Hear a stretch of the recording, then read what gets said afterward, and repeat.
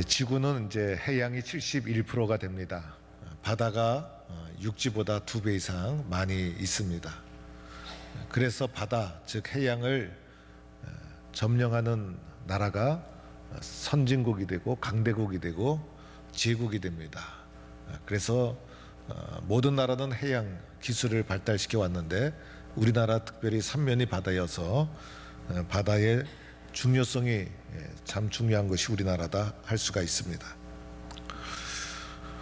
저는 지금도 옛날에 어떻게 울릉도까지 사람들이 찾아가서 울릉도에서 삶을 살고 또 그 사람들이 육지로 또 어떻게 배를 타고 오게 되었을까.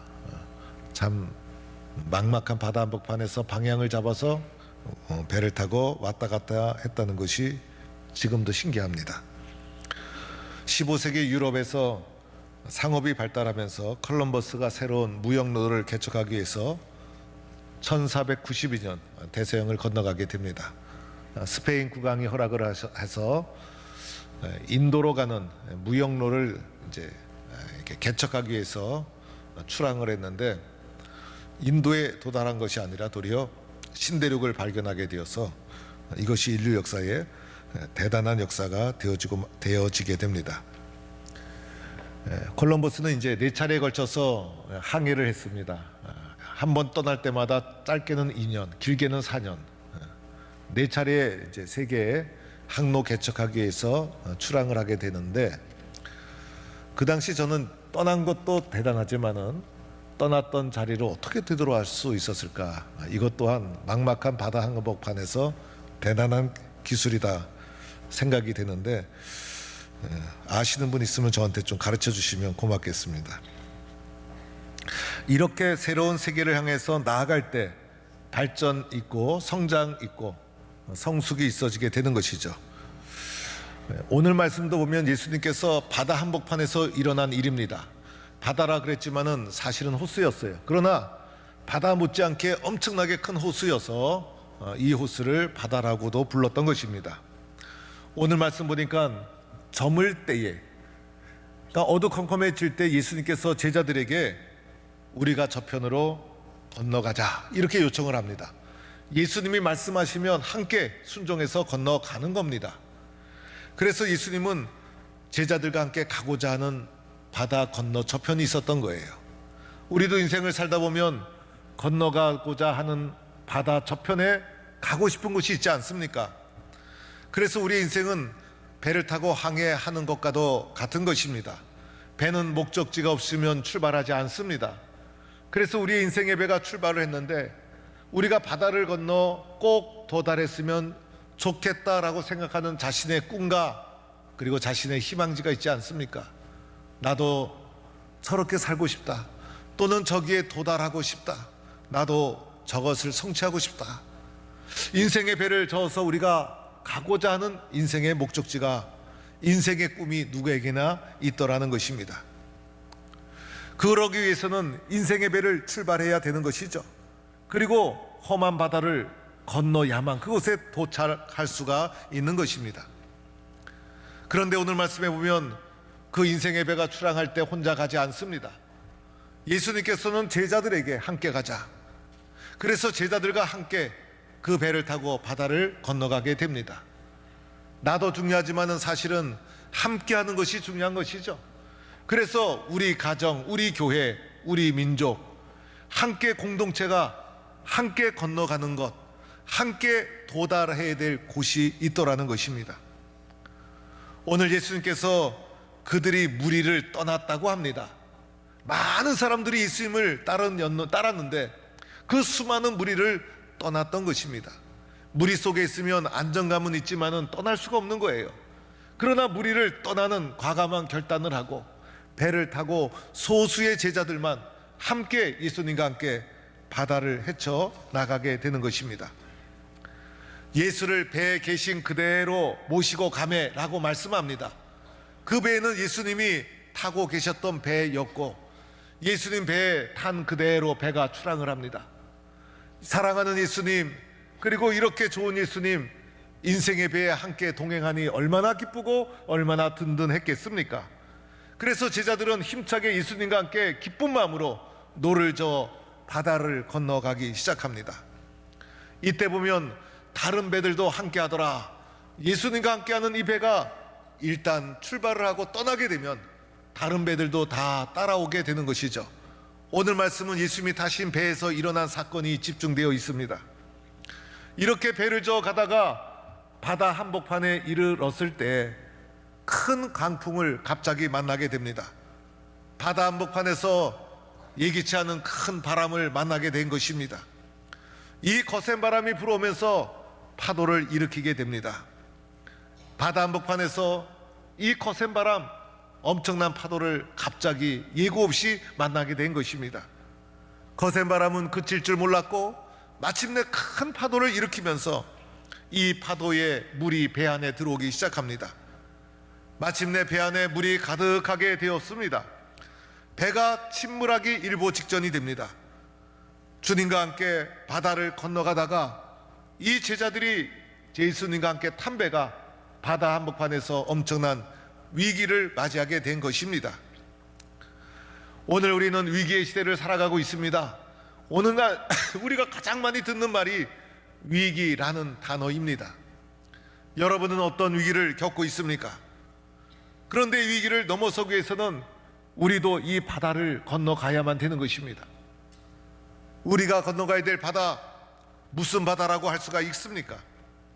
갈등의 바다를 건너가야 되고, 미움의 바다를 건너가야 되고, 욕심의 바다를 건너가야 되고, 이러한 바다를 건너가야 우리가 함께 도달해야 될 저편 새로운 세계가 기다리고 있는 것이죠. 그런데 이 배에 누가 함께 계십니까? 우리가 함께 노져 가는 배 안에는 예수님이 함께 하시더라는 것입니다. 배에 예수님이 계심에도 불구하고 한복판에서 이런 큰 어려움을 만난 거예요. 내가 예수 믿고 믿음의 삶을 살아간다 할지라도 우리가 새로운 세계를 향하여 나아가기 위해서 배를 저어 갈 때 때로는 갑자기 예고 없이 큰 강풍을 만나고 파도를 만나고 위기를 겪게 된다는 것입니다. 이런 시기와 시련과 어려움은 예고 없이 갑자기 찾아오는 것이에요. 오늘 제자들이 탄 배에 바람이 불고 그리고 파도가 일어서 배에 물이 들어오게 되자 이 제자들은 원래 어부 출신이었고 바다와 배에 대해서 전문가였어요. 그래서 위기를 벗어나기 위해서 수단과 방법을 가리지 않고 최선을 다했어요. 어떤 제자는 바람을 막으려고 했고 어떤 제자는 파도가 물에 들어오지 배에 들어오지 않도록 힘썼을 것이고 어떤 제자는 배 안에 들어온 물을 퍼내기 시작했을 것이고 어떤 제자는 배가 흔들리지 않도록 배를 붙잡고 있었을 거예요. 어떻게 하면 이 길을 벗어날 수 있을까? 어떻게 하면 이 거센 바람과 파도를 헤치고 앞으로 전진할 수 있을까? 이 제자들은 바다의 전문가였기 때문에 자신들이 할 수 있는 기술과 지식을 다 동원해서 최선을 다해서 이 고난과 시련을 뚫고 나가려고 했다는 것입니다. 그런데 제자들의 이러한 몸부림이 아무런 효과가 없었습니다. 배는 점점 가라앉게 되었고 배 안에 물은 점점 가득하게 되었고 배와 함께 제자들이 탄 이 배가 바다 한복판에서 빠져들어가는 죽음의 위기를 맞이하게 된 것입니다. 이때 제자들이 한 것이 있었죠. 제자들이 배 안에 예수님이 계시다는 것을 발견한 거예요. 그래서 예수님을 깨우기 시작합니다. 예수님, 우리가 죽게 된 것을 돌보지 아니하시나이까? 오늘 이 제자들의 외침을 보면 두 가지 내용이 담겨져 있어요. 예수님, 우리가 죽게 된 것, 지금 상황은 아무리 몸부림치고 아무리 노력해도 벗어날 수 없는 죽음에 임박한 그런 위험한 상황에 빠져 있다는 것을 인정하고 있는 거예요. 그러면서 이렇게 말하죠. 우리를 돌보지 아니하시나이까? 예수님께서 우리를 돌아보신다면, 예수님께서 우리를 조금만 도와주신다면, 예수님께서 우리에게 은혜를 베풀어 주신다면 이 죽음과 같은 어려움과 시련을 벗어날 수 있을 터인데 예수님, 우리가 죽게 된 것을 돌보지 아니하시나이까? 이렇게 예수님을 깨우며 부르짖었다는 거예요. 오늘 말씀 맨 밑에 40절에 가보면 이런 말씀이 있어요. 40절에 이렇게 무서워하느냐. 오늘 제자들이 극심한 무서움, 두려움 속에 빠져 들어갔다는 거예요. 그래서 두려움 속에, 그리고 근심과 염려 속에 빠져 들어가, 그리고 어찌할 수 없어서 예수님을 간절함으로 깨우고 있었던 것이죠. 우리도 살다 보면 인생의 어려움을 겪을 때가 있어요. 그런데 나는 이미 예수 믿고 하나님의 자녀로 살아가고 있음에도 불구하고 어느 날 이거 없이 찾아온 어려움과 시련 앞에, 바람과 파도 앞에 공포가 밀려오고 두려움이 밀려오고 무섭기 시작합니다. 내가 아무리 노력하고 힘들어도 그 어려운 문제를 이겨나갈 수가 없어요. 그때 우리는 내 안에 예수님이 함께 계시다는 것을 보아야 합니다. 그리고 잠자고 있는 예수님을 깨우는 거예요. 내가 교회 나오고 예수님을 믿고 있지만은 예수님이 내 심령 안에서 자고 있는 상태일 수도 있잖아요. 그때 예수님을 깨워야 하는 거예요. 예수님 도와주세요. 예수님 나를 돌봐주세요. 예수님을 깨워야 되는 것이에요. 오늘의 본문은 마태복음, 누가복음에도 그대로 나오고 있어요. 그런데 마태복음에서는 이 부분에 주여 구원하소서 우리가 죽게 됐나이다, 정확하고 분명하게 마태는 좀 더 표현을 했어요. 그래서 우리가 죽게 되었습니다, 우리를 구원해 주소서, 이렇게 마태는 기록했어요. 누가는 이 부분을, 주여라는 부분을 두 번이나 삽입을 했어요. 그래서 주여 주여 우리가 죽게 되었나이다, 주여를 두 번이나 부르면서 간절히 주님을 깨우는 장면이 아주 생생하게 나와 있는 것입니다. 우리가 이렇게 주님을 깨우는 행위, 주여 주여 우리가 죽게 됐나이다, 주님 나를 도와주세요라고 깨우는 행위를 기도라고 할 수가 있지 않겠습니까? 그래서 기도로 주님을 깨우는 거예요. 내 속에 이미 주님이 계신 거예요. 그런데 그 주님이 영적으로 잠들어 있지 않도록 기도로 주님을 깨우는 거예요. 주님 일어나 주세요. 주님 나를 도와주세요. 주님 이 위기로부터 벗어날 수 있도록 나를 도와주세요. 주님이 아니면 일어날 수 없어요. 그래서 기도로 주님을 깨우는 거예요. 이렇게 기도로 주님을 깨우면 주님이 깨어나고 주님이 일어나시게 되는 거예요. 기도하면서부터 문제가 해결되고 기적이 일어나게 되는 거예요.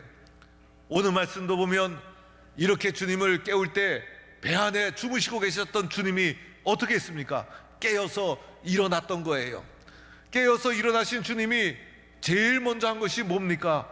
바람을 꾸짖게 됩니다. 저는 이 부분을 한번 생각해 보세요, 여러분. 주님이 이제 눈을 딱 뜨고선 보니까 제일 먼저 예수님의 눈앞에 다가온 것은 집채만한 파도가 아니었을까? 그래서 그 파도가 배를 덮치는 이런 장면을 예수님이 보게 되지 않았을까? 그래서 예수님이 너무나 놀라서 제일 먼저 해야 될 것이 그 파도를 잠재우는 거였어요. 그래서 이 파도를 잠재워야 되는데 예수님께서는 파도를 잠재우지 않고 파도를 일으킨 바람을 먼저 꾸짖었다는 거예요. 무엇을 말해주는 것입니까? 우리 예수님은 원인을 고쳐주시는 분이에요. 예수님은 문제를 일으킨 본질을 보고 계신 분이에요. 예수님은 모든 문제에는 뿌리가 있다, 모든 문제에는 원인이 있다. 그래서 그 문제를 일으킨 근본을 보고, 뿌리를 보고, 원인을 보고 그 원인을 예수님은 고쳐주고 있는 거예요. 예수님은 보는 순간 다 아시는 거예요. 이 문제가 어디에서 야기되었는가? 이 높은 파도가 어디에서 일어난 것일까? 강한 바람 때문이었어요. 그래서 그 바람을 예수님은 꾸짖어 잠잠하게 만들었던 거예요. 이때 예수님이 어떤 말씀하셨을까? 바람아 잠잠하라, 바람아 멈추어라. 말씀으로 예수님 이렇게 바람을 다스렸을 거예요. 그뿐만이 아니었죠. 바람 때문에 일어난 파도도 예수님이 다스렸어요. 예수님 파도를 향해서 뭐라고 말씀하셨어요? 잠잠하라, 고요하라. 그래서 바람도 그치고 파도도 그치고 아주 잠잠하게 되었다는 것입니다. 이때 예수님이 바다를 잠재울 때 사용하신 방법이 있었죠. 예수님이 바다를 잠잠하게 만드실 때 사용한 방법은 대단한 신비적인 방법이 아니라 간단한 말씀이었어요. 잠잠하라, 고요하라. 예수님의 말씀에는 권능과 능력이 있어서 모든 것이 순종하게 되는 거예요. 그래서 예수님은 말씀을 많이 할 필요도 없었어요. 예수님은 이상한 것을 동원할 필요도 없었어요. 예수님은 권세 있게, 능력 있게 잠잠하라 고요하라 말씀으로 바다와 바람을 잠잠하게 다스리신 분이 예수님 말씀 앞에 모든 문제가 순종하여 바람도 그치고 그리고 파도도 잔잔하게 되었다는 것입니다. 사랑하는 성도 여러분, 오늘 우리에게는 인생을 살다 보니 가고자 하는 꿈이 있어요. 여러분이 가고자 하는 꿈은 무엇입니까? 여러분이 도달하고 싶은 인생의 목적지는 어디입니까? 그곳을 향해서 우리 모두는 예수님과 함께 인생의 노를 저어 배 타고 함께 가는 거예요. 우리가 가는 배는 나 혼자 가는 것이 아니죠. 그 배에 누가 계십니까? 예수님이 함께 하고 있다는 것을 우리는 믿어야 합니다. 우리가 가는 인생의 배는 막막한 곳을 향해서 방황하는 배가 아니죠. 예수님이 우리의 인생의 배에 함께 하시고 우리는 그 배를 함께 노져 나가고 있는 거예요. 이렇게 노져 가다 보면 어느 날 분명히 거센 바람을 만나게 되는 거예요. 어려움 없이, 풍파 없이, 고난 없이 인생의 목적지에 안전하게 딱 도착하는 것, 그런 일은 일어나지 않는 거예요. 아무리 예수님이 나와 함께 하셔도, 예수님이 우리의 인생의 배에 나와 함께 타고 계셔도 우리가 노져 가다 보면 고통도 따라오고 어려움도 만나고 거센 바람도 만나고, 그리고 이런 바람과 문제는 예고 없이 갑자기 찾아오는 거예요. 갑자기 사건이 터지고, 갑자기 몸이 아프고, 갑자기 시험 든 일이 생기고, 모든 것은 갑자기 일어나게 되는 거예요. 그래서 내가 예수 믿고 지금까지 신앙으로 잘 살아왔음에도 불구하고 갑자기 겪게 되는 문제 중에는 내 힘으로 해결할 수 없는 문제가 있더라는 거예요. 바람이 얼마나 거센지, 파도가 얼마나 거센지, 내가 타고 있는 배를 탁 덮쳐가지고 이 배가 침몰해서 오늘 제자들이 죽음의 공포에 휩쓸린 거예요. 내가 아무리 수단과 방법을 다 동원해도 해결할 수가 없어요. 그래서 두려움 속에 휩싸이고, 그리고 무서워하게 되고, 근심과 염려로부터 벗어날 수 없고, 그래서 이런 거센 파도를 만나게 되면 믿음 없는 사람들은 모두가 절망하고 포기하고 낙심하게 되는 거예요. 거기서 인생이 다 끝나는 거예요. 우리 모든 사람들, 믿음 없는 사람은 고난 앞에 길이 막히고 시련 앞에 좌절하고, 여러분, 내가 이길 수 있는 문제는 누구나 상식적으로 이겨나가면 되는 거예요. 그런데 고난과 시련을 내가 선택하는 것이 아니잖아요. 예고 없이 불어오고 예고 없이 닥쳐오고, 그 앞에서 믿음 없는 사람들은 좌절하고 포기하고 절망하면서 인생이 거기서 끝나는 거예요. 그런데 예수님이 배 안에 함께 있는 믿음의 사람들은 이런 어려움과 위기에 닥쳤을 때 어떻게 해야 되는가? 오늘 말씀을 통해서 가르쳐 주는 것이 있어요. 첫째는 기도로 예수님을 깨우는 거예요. 기도로 예수님을 깨우는 거예요. 우리에게는 누가 있어요? 예수님이 있잖아요. 우리의 인생의 배 안에 누가 타고 있어요? 예수님이 타고 있잖아요. 그래서 예수님 도와주세요, 제 힘으로는 안 돼요, 예수님 나와 함께 해주세요, 이렇게 예수님을 깨우는 것이 기도라는 거예요. 그래서 성도들은 기도로 이겨나가는 거예요. 기도하면 되는 것이고, 기도하면 열리는 것이고, 기도하면 뚫고 나가는 것이고, 기도하면 문제도 사라지고 바람도 그치게 되는 거예요. 그래서 기도로 예수님이 나를 도와주고 있구나, 이것을 영적으로 무장하며 이겨나가는 거예요. 기도하면요, 할 수 없다 생각했던 것도 할 수 있게 되는 거예요. 기도하면 길이 없다고 생각했는데 길이 열리는 거예요. 모든 문제는 기도에서 시작이 되어지는 것이 예수 믿는 믿음의 사람들의 문제 해결 방법이다. 이렇게 우리는 믿고 기도로 문제를 이겨나가는 성도가 될 수 있기를 축원합니다. 두 번째가 있죠. 두 번째는요, 예수님의 말씀을 붙잡는 거예요. 오늘 기도를 들으시고 잠자던 예수님이 깨어나셔서 하신 것이 무엇이었습니까? 말씀 선포. 잠잠하라, 고요하라, 바람아 멈추어라. 예수님 말씀하셨어요. 예수님 말씀하시자 어떻게 됐습니까? 잠잠하고 그치게 되었죠. 예수님 말씀하실 때 예수님이 무엇을 먼저 고쳐주셨죠? 원인을 고쳐주시고 근본을 치료해주시고 뿌리를 바꿔주신 거예요. 사실은요, 근본을 바꾸지 않으면, 원인을 바꾸지 않으면 또 그 문제 나타나요. 그 사건 또 일어나요. 그래서 예수님은 그 모든 것을 아시고 본질을 바꿔주시고 근본을 바꿔주시고 뿌리를 바꿔주시는 분이 바로 예수님. 그래서 파도를 일으키는 원인이 되는, 바람을 예수님이 먼저 꾸짖었던 거예요. 그뿐만 아니죠.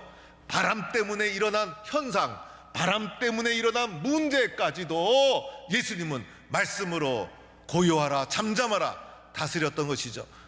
우리들은요, 원인과 근본을 보지 못하고 문제 겉으로 나가는 것만 보고 우리는 좌절하고 절망할 때가 있는데, 우리 주님은 말씀으로 그 모든 것을 다스리시는 분이 내가 믿는 예수님, 예수의 말씀에는 권세가 있어서 세상의 그 어떤 것도 예수님의 말씀 앞에, 심지어는 바람과 바다도 예수의 말씀 앞에 순종하게 되는 거예요. 이런 말씀의 능력을 믿고 살아가는 성도가 되기를 축원합니다. 이렇게 문제를 해결하는 사람을 뭐라고 합니까? 믿음의 사람이라 부르는 거예요. 그래서 오늘 예수님이 너희가 어찌하여 믿음이 없느냐, 믿음을 말씀해 주신 거예요. 믿음. 그런데 우리들은 이렇게 생각할 수가 있어요. 예수님 믿음도 강해야 되는데, 믿음도 커야 되는데. 여러분, 오늘 이 본문이 마가복음 4장 35절인데 마가복음 4장 35절 바로 앞부분에 예수님께서 믿음에 대해서 설명하시면서 해주신 말씀이 있어요. 겨자씨 하나일 만한 믿음만 있어도, 겨자씨 하나일 만한 믿음만 있어도 라는 말씀을 하신 후에 바로 이 본문 나온 거예요. 그래서 주님이 요구하시는 믿음은, 거센 바람과 파도를 헤쳐나가는 믿음은 그 거센 바람과 파도를 헤쳐나갈 만한 담대하고 큰 믿음이 아니라 어떤 믿음? 겨자씨 하나일 만한 믿음만 있어도, 겨자씨 하나일 만한 믿음만 있어도, 겨자씨 하나일 만한 믿음이 있어서 기도하고 말씀 붙잡으면 우리의 삶에 찾아오는 모든 문제는 넉넉하게 이겨나가게 될 줄로 믿습니다. 그래서 세상 사람들은 절망, 좌절, 낙심하지만은 믿음의 사람들은 말씀과 기도로 돌파해 나가는 거예요. 오늘 우리도 각자가 무거운 어깨에 무거운 짐이 있을 거예요. 이때 우리는 기도하는 거예요. 예수님 도와주세요. 예수님 해결해 주세요. 인생은요, 문제를 해결해 나가는 거예요. 문제 앞에 쓰러지고 좌절하면 우리 인생은 끝나는 거예요. 문제는 이겨나가라고 존재하는 거예요. 기도하는 거예요. 그리고 더 나아가 말씀대로 될 줄로 믿고 말씀 붙잡고 이겨나가는 거예요. 이것이 믿음의 모습이고 믿음을 가진 우리 성도들의 문제 해결의 방법인 거예요. 우리는 이 길을 걸어가는 거예요. 요즘 저보고 살이 빠졌다 이렇게 얘기를 해요. 사실은 살 빠진 거 하나도 없어요. 그런데 저를 바라보는 눈이 좀 가엾게 보니까, 힘들겠구나 보니까 살 빠졌구나, 고생하는구나 이렇게 보는 분들이 간혹 있어요. 지난주에도 선배 목사님이 저를 보고 그런 얘기를 해주셨어요. 김 목사, 고난이 있다는 것은 하나님이 김 목사를 사랑한다는 거야. 힘든 것이 있는 것은 사랑이야, 사랑. 그래야 사람이 만들어지고, 그래야 담대해지고, 그래야 큰 사람 되는 거야. 고난이 있다고 낙심하지 마. 어려움이 있는 것은 하나님이 함께 하신다는 사랑의 표야. 그 고난 속에는 하나님의 사랑의 손길이 있는 거야. 그걸 이겨나갈 때 하나님의 역사가 일어나는 거야. 김 목사는 하나님이 사랑하는 것 같아, 이렇게 이야기를 해주시는데, 다 아는 이야기였지만은 격려가 되고 힘이 됐어요. 여러분, 지금 이 순간 어려움이 있고 힘든 것이 있고 몸도 아프고 내가 헤쳐나갈 수 없는 무거운 짐이 있으신 분은 하나님이 나를 사랑하는구나, 하나님이 나를 훌륭한 사람으로 다듬어 가는구나, 이렇게 믿고 고난과 시련과 어려움도 기도와 말씀으로 뚫고 나가는, 기도와 말씀으로 헤쳐나가는 믿음의 용사들이 다 될 수 있기를 간절히 축원합니다.